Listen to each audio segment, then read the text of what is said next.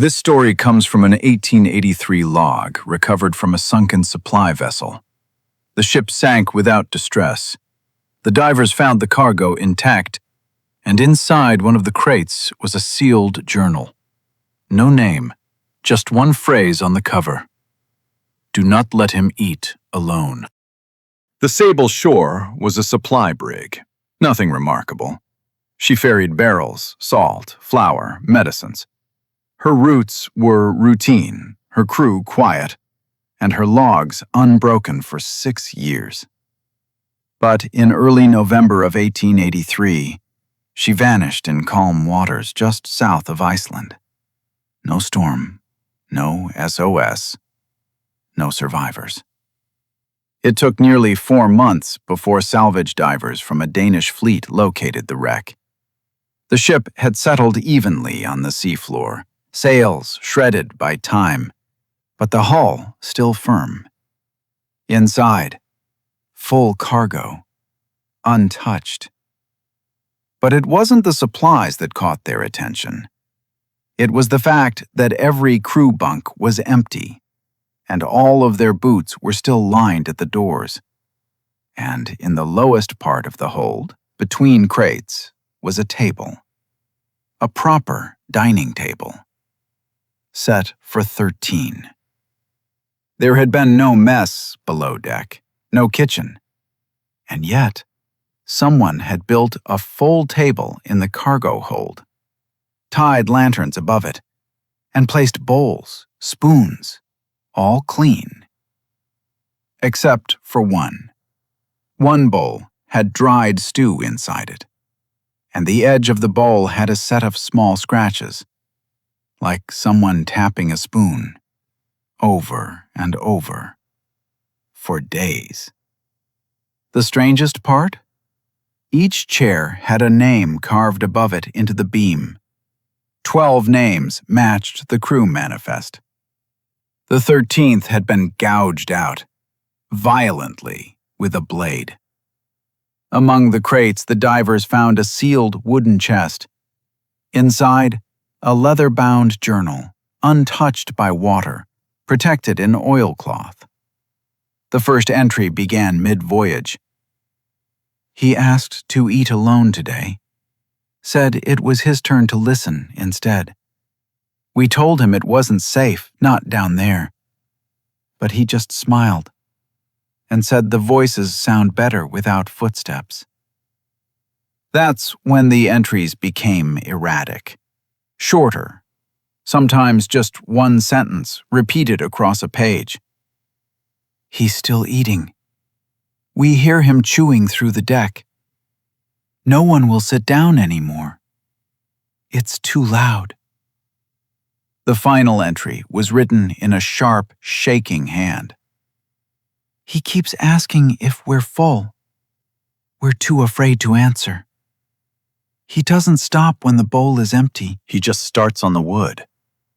Below that, only one more line. If we're gone, break the table.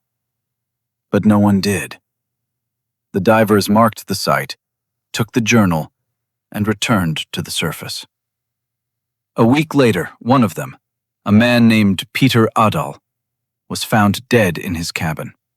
No wounds, no sign of struggle. But his notebook contained one phrase. He asked if I was hungry. They returned to the wreck to finish salvage. The table was gone. In its place, just 13 empty chairs. And the scratches on the floor exactly like spoon marks. One chair still had a name carved above it, freshly scratched. Adal. The salvage logs from the Sable Shore wreck were never meant to be public. Most were burned, but a copy survived among the effects of a diver named Arnerson, a man who swore the wreck should have been left untouched. He was on the second dive, the dive when things changed. The team descended just after sunrise, clear water, no currents, perfect conditions. But when their lantern beams touched the hull, they saw something wrong immediately. The cargo hold door was open. wide open. They had sealed it themselves the previous week. Inside, the lanterns swept over the wooden floor. No table, no bowls, just the 13 chairs, arranged in a circle this time, not around a table, around an empty space. The divers approached cautiously, their bubbles rising like soft static. Then Arnerson pointed. One chair was facing the opposite direction, toward the hull wall. And someone had carved into the wood beside it, "He doesn't need a table, only a place." That's when they heard it. Not a voice, not water, not movement. A sound like chewing, deep inside the timber. Slow, wet, rhythmic. At first they thought it was a fish trapped inside the hull, until they realized it was coming from the 13th chair. They evacuated immediately, leaving the chairs untouched. Protocol demanded they notify the Navy and wait, but the Navy didn't wait. Before nightfall, they ordered the cargo recovered, including the sealed crates from the hold. Government property, they said, sensitive material, no questions asked. The crates were transferred aboard a Danish clipper, the Falkenrud. 13 crates, all stamped with the same symbol, a circle with a slash through it. Only one crate had been opened prior, the one with the journal. That crate, too, was placed on the Falkenrud. On the second night of the voyage, the crew began to report strange noises from the cargo deck. Not knocking, not footsteps. Spoon taps, soft, rhythmic, persistent. At first, the men joked about it, said maybe the crates held dishes or rodents. But on the third night, First Mate Jorgensen opened crate number 7. Inside was a wooden bowl, old, cracked, and empty. He lifted it. Underneath was a slip of paper, thin, water-stained, clearly torn from a ship's log. It said, "He eats what's warm, and then the rest." At midnight, the tapping returned, stronger this time, coming from everyone's bowls in the galley, even though the men were still awake and eating. Jorgensen stood up, slammed his spoon onto the table. The tapping stopped. Then something tapped back.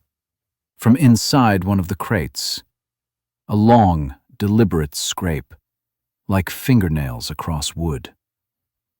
The crew refused to go below deck after that. On the 5th night, the ship's cook failed to appear at supper. His ladle was found on the galley floor, still warm from the pot. No crew saw him leave the room. No one heard a splash, and no crate was open. But the next morning, crate number 7, the one with the bowl, had a second bowl inside it. Both full, both still steaming. 2 spoons, 2 places, and the inside of the crate smelled of stew. They threw both bowls overboard. The tapping followed them long after the bowls sank. By the time the Falkenrud reached Copenhagen, 3 more men were missing, all last seen near the cargo deck. The crates were collected by men with no uniforms and no manifest. They took them without signing, without speaking. The crew was dismissed without pay. Half refused to board another ship again. 2 years later, Arnerson, the diver from the original wreck, drowned mysteriously in shallow water. His pockets were filled with stones, his boots tied together. But in his coat was a page, torn, smeared, but readable. The 13th seat is never empty. If no one sits, he chooses.